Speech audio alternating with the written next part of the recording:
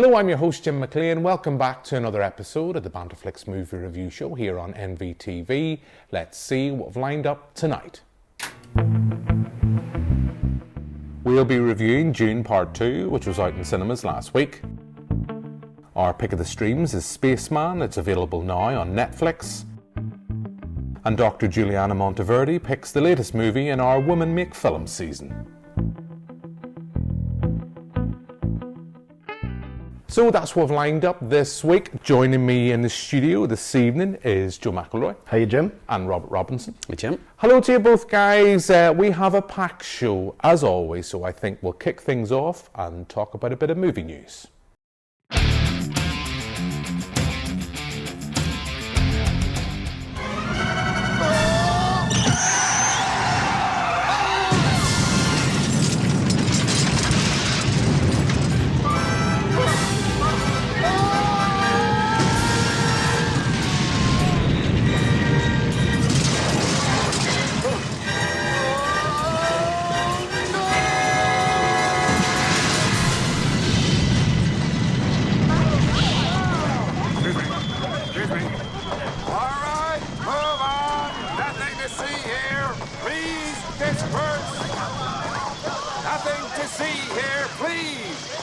So that's a look at Leslie Nielsen in action in the classic, and I mean classic with a capital C, Naked Gun.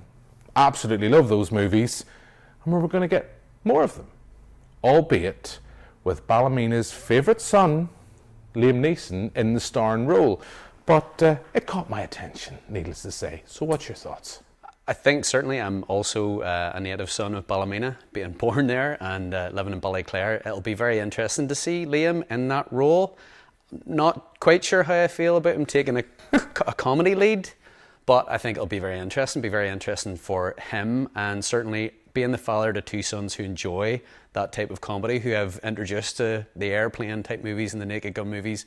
I think it's something we could definitely watch together as a family and be entertained for an evening. So yeah, I'm intrigued. I'm looking forward to it. Yeah, I think this is either going to be great or terrible. Joe, what about you? Do you think this is a good bit of casting? I actually do think it is, because when you said the likes of Ed Helms was linked to it, that's someone where you're like, I don't know, you're going maybe just too comedic in that route. You need to have a more straight actor going into that role, someone like Leslie Nielsen was prior to it. I know he did Airplane before, but you know, he was more known for sort of straight-laced roles. And I think Liam Neeson can do that wonderfully, and he's shown in the past he has comedic chops. You know, you just look at his cameo in Life's Too Short. It's utterly hilarious, because of the manner in which he treats the comedy, and he's very straight and narrow down that way. So yeah, I am actually looking forward to it. And like you, I think it is one of those things where it's going to go either way. It's either going to be terrible or it's going to be brilliant. There's going to be no in between. Yeah, I think that's the only way you can look at it. And Joe, we have an exciting bit of announcement for you. As we record, we're less than a week from the Academy Awards, and I'm delighted to say that NvTv and BanterFlix, we have clubbed together, we have pulled some strings, and for the first time, we're actually going to be sending a reporter to Hollywood to cover the Academy Awards, and you're going to be going pretty much after we record. We're heading to the airport to get you there. So you excited about this? You looking forward to the Academy Awards? I just can't get over it, Jim, to be honest with you. You know, you just messaged me Sunday night saying, you know, Joe, we've come together, we're going to send you to Hollywood, you're going to cover the Oscars, and I just was completely blown away by it. Like, I've only been to America four times in my life, but then to be given this kind of opportunity, I can't wait for it. Like, my suit's in the bag, it's been the dry cleaners and everything, I'm all set, ready to go. I've checked my bag 2, 3, 5 times, and I just can't believe it. Well, I do hope you have your passport, because you do need your passport to get to Hollywood. And as we say, Joe, you'll be covering that for us on next week's show. I think with that, we shall move on and talk about this week's big release.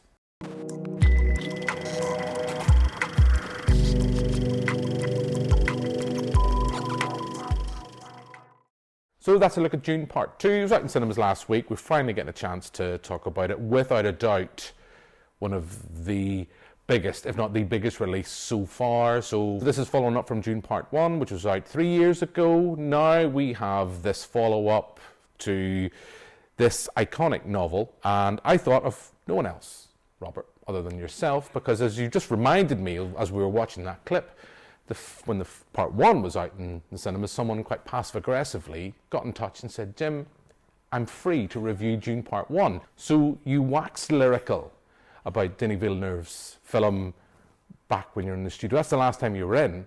So now, what's your thoughts on Part 2? Yeah, I mean, the background between, in the last 3 years, I've probably read all 6 books, the original 6 books over again, just to, refresh myself, and probably watched the movie a couple of times, including dragging the family into watching the latest version. I think it's still on Netflix if anybody wants to get a catch up. The biggest thing I think I was caught by on the opening night was, one, it was a real struggle to buy tickets. I thought, there was 5 of us turned up, and it was actually really a struggle to get tickets in the cinema. It was sold out completely. And certainly my overall reaction when I was there, when I was sitting there surrounded by people, is like, it's hard to even have that conversation around cinema feeling like it's a dying breed when you're in that atmosphere. There was so much energy. Young people, old people, nerds probably like me, and people who have maybe only ever seen the first film, or may not have even seen the first film, and decided, we'll go out and see this. And I think there's a lot that Denis Villeneuve has done in the casting, the setup, that whole arc of and I'm going to murder people's names, but Timothée Chalamet and Zendaya, who are involved and are, can carry a film essentially in themselves, and he's got them both there. And not to talk about spoilers, but I think the film, to sort of start at the end, leaves itself open to maybe additional information and additional films. So it deals, to me, in the big themes of religion, faith, narcotics, power. So it's huge, and it suits being seen on a big screen. I think Arrakis itself as a character, that colour, that warmth, that score, all just reek of something that needs to be seen on a big screen, as big as you can get it, and just really enter into that universe. I'm not sure how Denis Villeneuve could be overlooked in the next Oscars that are coming up, because what he manages to do and that team managed to do is create a story arc that is very believable, even though it's complete and utter science fiction with huge ships and sandworms, but is very believable about the transition between what has happened between these characters at the start of the film at the end, and does it in a way that I think everybody can sort of agree is a very natural curve, and the influences of religion, politics, love, narcotics, and other houses sort of integrate into that. So I was struggling to find things that annoyed me about it. When you see a film like this, where I'm not sure off the top of my head what its budget is, but you can see every penny, not just that's on screen, but the care and consideration. You mentioned the runtime. I did have issues with Part 1's runtime, in that sense that from where you start to where you finish, it's like ultimately, from knowing loosely the source material, we haven't really got that far into the subject matter with the first film. And then you can see with Part 2, you can see there's an extent they're kind of up on the ante in some way, but they don't sacrifice character, they don't sacrifice spectacle. The cinematography is stunning. Soundtrack, I'm a Hans Zimmerite. Score is fantastic.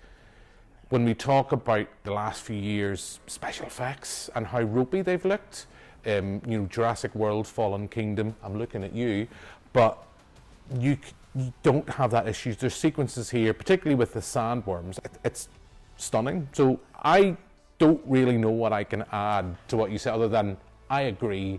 This is how a big budget sci-fi feature should be done. People might wonder, of course, why it's not up for awards this year. That's just due to eligibility and kind of when it's released. I can't see why a film like this won't clean up in the same way like Avatar did a few years ago. The special effects awards, maybe not best film, but I could see it being nominated. But we've a whole year of cinema to go before then. Joe, I don't know what's left to say about Dune Part 2, unless you're going to weigh in and say you hated it. But I'm wary you're closer to Robert than I am. That's all right, isn't it? No, in all seriousness, I'm on the same page as both of you. I think this is science fiction spectacle done in the best way possible for the big screen. And just like Robert was alluding to, this is a film that demands to be seen on the biggest screen possible. Like, I wanted to see it in IMAX, but I sort of had a similar issue to Robert. It was sold out. So I just opted for just a normal screening of it, and still blown away by it. Visually, it's just on another level compared to, you alluded to the likes of Marvel and DC. This is a film with real scale and scope and heft to it, and that's something that you miss with those kinds of films. They don't feel sort of any sort of grounding to them. They just feel like computer games at times almost, whereas this doesn't. This feels like Arrakis is a real place. You are with these characters on their journey, and in that respect, that's what really won me over. And it's no surprise that Villeneuve came out recently and was talking about how, he's very much a visual, not just filmmaker, but like someone who enjoys films from a visual perspective over dialogue. And that really shines through in this here. But that's not to say that it diminishes any of the dialogue. He still runs with a good script throughout the film, and how it develops the characters and develops the themes until you come to this big grand finale. But obviously I'm not going to spoil it. But it's just absolutely staggering by the end, and I absolutely loved it. The thing I'm most intrigued about with Dune Part 2 is the sense that it leaves open to Dune Part 3. They've said the source material, Dune Messiahs, be where they're going to go. A book I wasn't a huge fan of. I don't know, whether you are or not, but just your thoughts. New cast members and a Dune Part 3, which I'm sure you're going to demand to be on the show to review. So new cast members, I loved Florence Pugh. I thought she was probably one of the best cast items. I'm not sure where I sit on Christopher Walken, so I'm going to park him just for a second, but Florence Pugh seems to exude an intelligence for what her character is as a Bene Gesserit princess, an emperor's daughter. She just sort of immediately flows into that, immediately knows how she needs to present herself. Her costumes are fantastic, and certainly, she is a major element of that. Christopher Walken, I kind of guess I understand why they would cast somebody of that ilk, and I think he is fantastic in his naturalness. Like they've not tried to make him very ornate like some of the previous iterations of Shaddam, but I don't know if he says or does an awful lot, so he's quite much, it's like seeing Christopher Walken in a sci-fi film, so maybe there's one criticism. We did find a little flaw for you in Dune Part 2 with Christopher Walken. I love Christopher Walken. And I will admit, I completely forgot to mention Elvis himself, Austin Butler. Again, albeit briefly within the film. Joe, just before we move on, excited for Dune Part 3? Oh, definitely. Yeah, because like I said, it's that finale. It's almost like a cliffhanger, and I'm just really eager to see where they're going to go with that, because I don't know anything about Dune. Yeah, well, we'll have to wait and see, and I think that's a film down the line. We'll have to wait to review. As I say, I imagine Robert will be messaging us and going, you're going to have me on for Dune Part 3. But with that, we'll move on and look at this week's Pick of the Streams.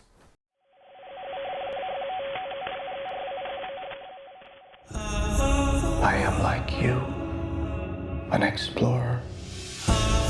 Your loneliness intrigued me. Why are you here? I might be of help. I wish to assist you in your emotional distress. I don't need your help, but you do. What's not to like? We have Adam Sandler in a serious acting role. I always applaud Adam when he does this. Well done, Adam, because we get to see what a great actor he can be when he's not being, sorry Adam, lazy and going for the cheap gags with some of the Netflix content he's put out over the past few years. This is a project kind of been in development for a while, post-production issues. I do wonder, I don't have the facts in front of me, this started life during the pandemic because with social distancing, we have a small, largely one-piece feature where we have Adam Sandler in space. He encounters a mysterious spider. Or does he? Is it all in his head? I mean, the film does leave it up to your mind to decide, without going into spoilers. I'm not going to spoiler in, if that is the case. Joe, I'll come to you first. Spaceman, what do you think? I thought it was quite dour. Just to put it bluntly, I was really excited about it, though, to be honest with you. Like, when you read the premise, it's about, Adam Sandler on this mission on the edge of Jupiter. There's this sort of like thing that's in space that can sort of try and answer the questions of life and that. But then he encounters this, or seemingly encounters this sort of like spider-like alien. And then what we're treated to is about an hour and 48 minutes of therapy. To put it lightly, I just found it very dull. Like, I can see what it was going for, but the way it was handled and the way it was sort of played out, I just didn't care about any of the characters, really. Thought at times it was veering towards the area of being a bit too trite. It sort of played like a weird mixture of Swiss Army Man and Solaris, but obviously it didn't work for me in that respect. The one thing that I will say that I really liked about it was Max Richter's score. I thought it was the thing that kept it going and it kept me intrigued in it. But beyond that, I wasn't a huge fan of it, to be honest. I'll always back a film that tries to do something a little bit different, tries to do something interesting. And I think when we have a giant spider that likes a bit of chocolate, is obsessed about being able to taste an egg, there's not enough there. And I do think the one major sin, as flawed as the film is, the one major sin is that I think it wastes a great acting talent like Carey Mulligan. It gives her nothing to do. She may as well be just sitting reading the phone book at times. But it's not a terrible film. I will see worse films this year. We've already mentioned Dune Part 2, different level to this.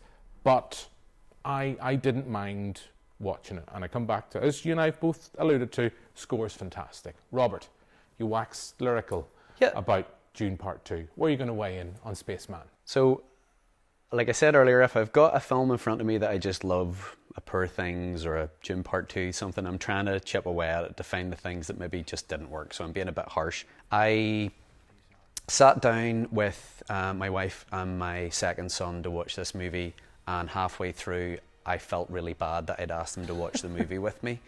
I'm picking up on something that you said, Jim, about, you know, when this may have started. And in the first scene of the first part of the movie, I thought, I wonder if this is a movie about COVID, not just maybe produced in COVID, but, you know, we've got a man who's isolated. He can only communicate with his friends and family through, you know, the media of Teams or whatever, FaceTime, whatever you want to call it. So I wonder if it was trying to talk about that. And I also had I don't know about either of the two of you, but I had the sense that the director, not that I've directed any movies, but Johan Renck seems to have worked on a lot of shorter films, sort of adverts for perfume, and, you know, maybe some music videos. And I was driving down the car here on the way, and I sort of thought to myself, if this had a banging soundtrack to it and a little bit of a 5-minute narrative of lost love and I'm stuck in space hanging out with a space spider, it might have really worked. But somehow, and I really don't like being critical, it didn't work for me. I know there's other people out there that did love it, and if you want to see a very talented comedic actor spin a 180 and try and do something very serious, I think this is the film maybe you want to invest in. But it felt a little bit flat for me. It wasn't for you, and it hasn't left you, Robert, wanting to turn round and give a gigantic spider a big hug. I don't know, there's some people might run a mile from that. I didn't think it looked that bad. But look, with that, I think we've been much more down on poor Adam and his space spider. So I think with that, we shall move on. Throughout March, we're doing our Women Make Film season. Last week, we had Dr. Caroline North, and she was talking about The Matrix with the Wachowskis. This week, it's over to Dr. Giuliana Monteverde with her choice.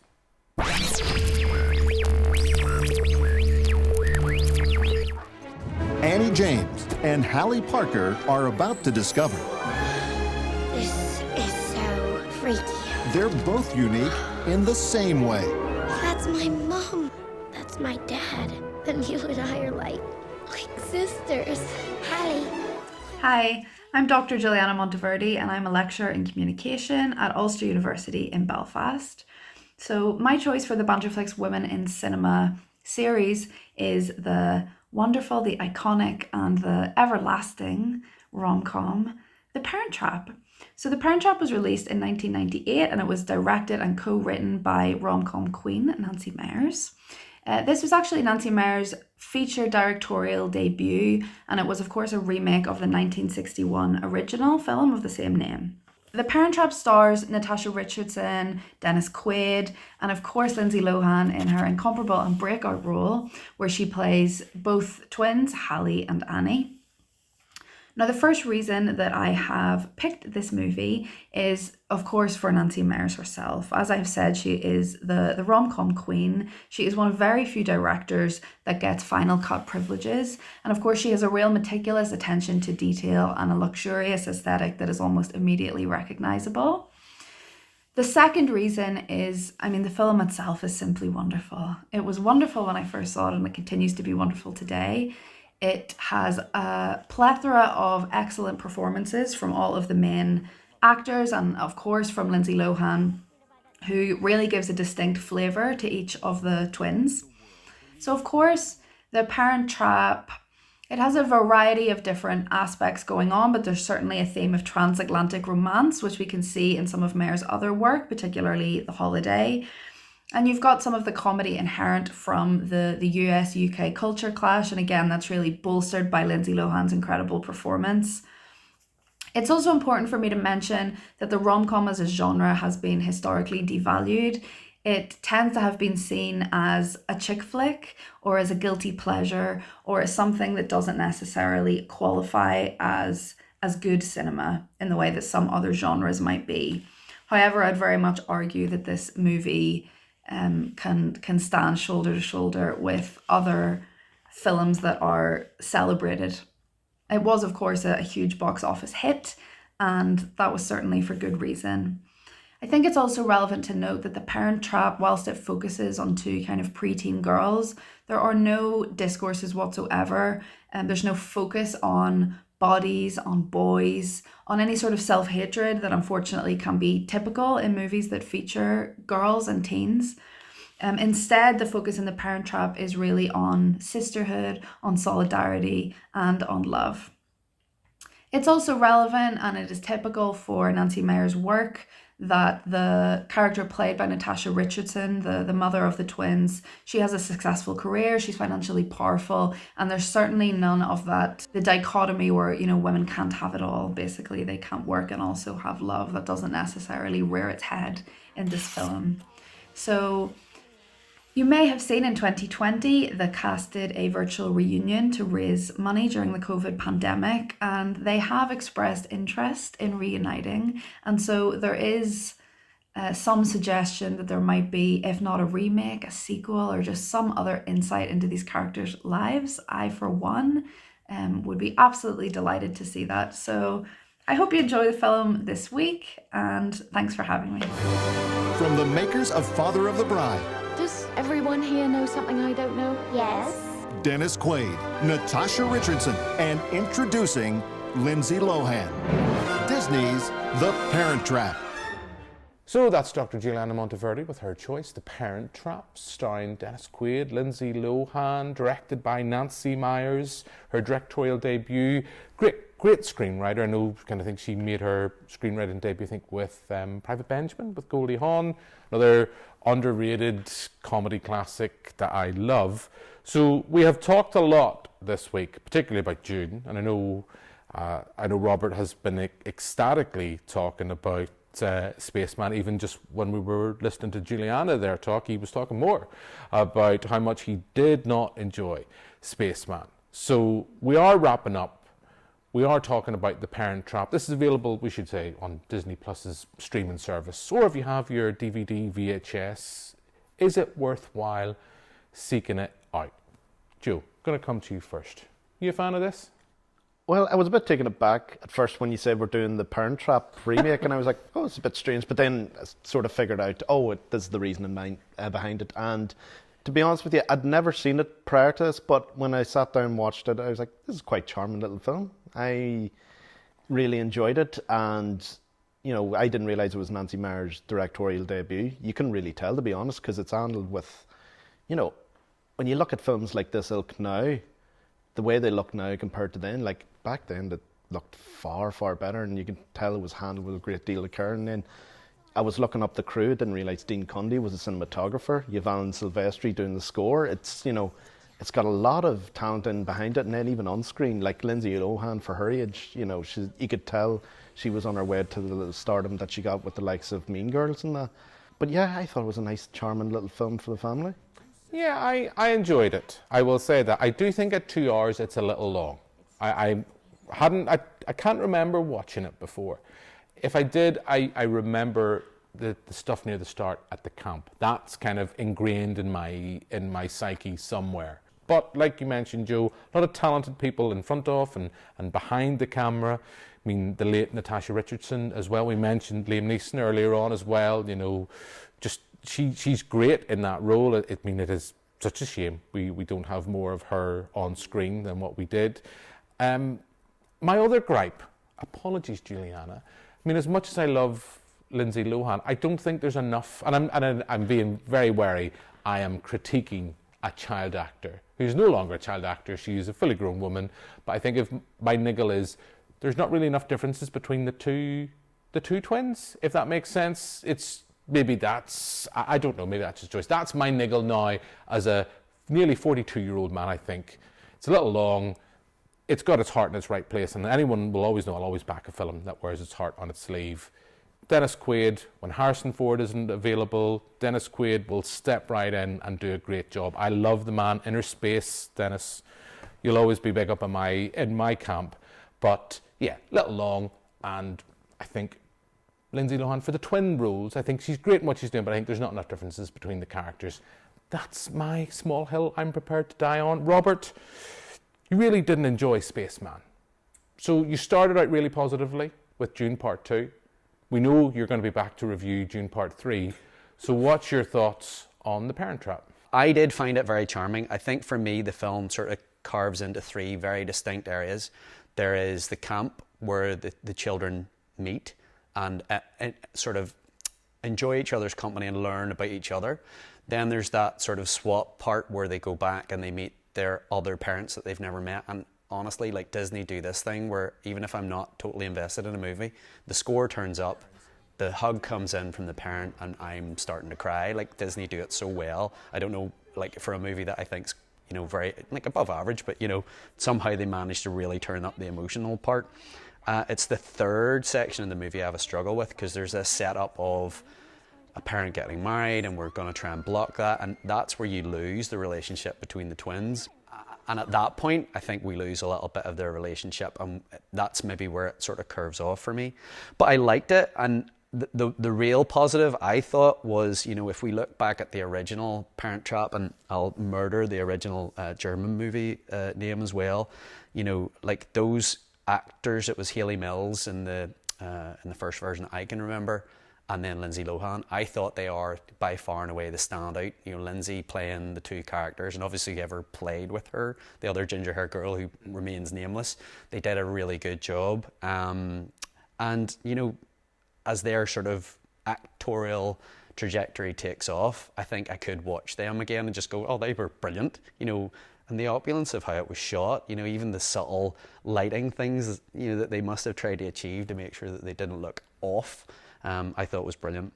So I found it a hard sell internally, but I definitely, you know, if I wanted to sit down and maybe have a little guilty pleasure type movie, or if I had a family that might be very interested in Lindsay Lohan, or younger girls in the family, or twins in the family, I could see that really working as a film that you could sit down with and just have the Disney experience. So yes, I think that's another interesting choice by Giuliana for that, and we'll have someone else picking another film for next week's show. But look, that is us out of time. All that is left for me to do now is thank my two guests here in the studio. So thank you very much, Joe. Thanks, Jim. Thanks very much, Robert. Thank you very much, Jim. Thanks very much for watching at home. We'll be back next week with another episode. But for now, until then, goodbye.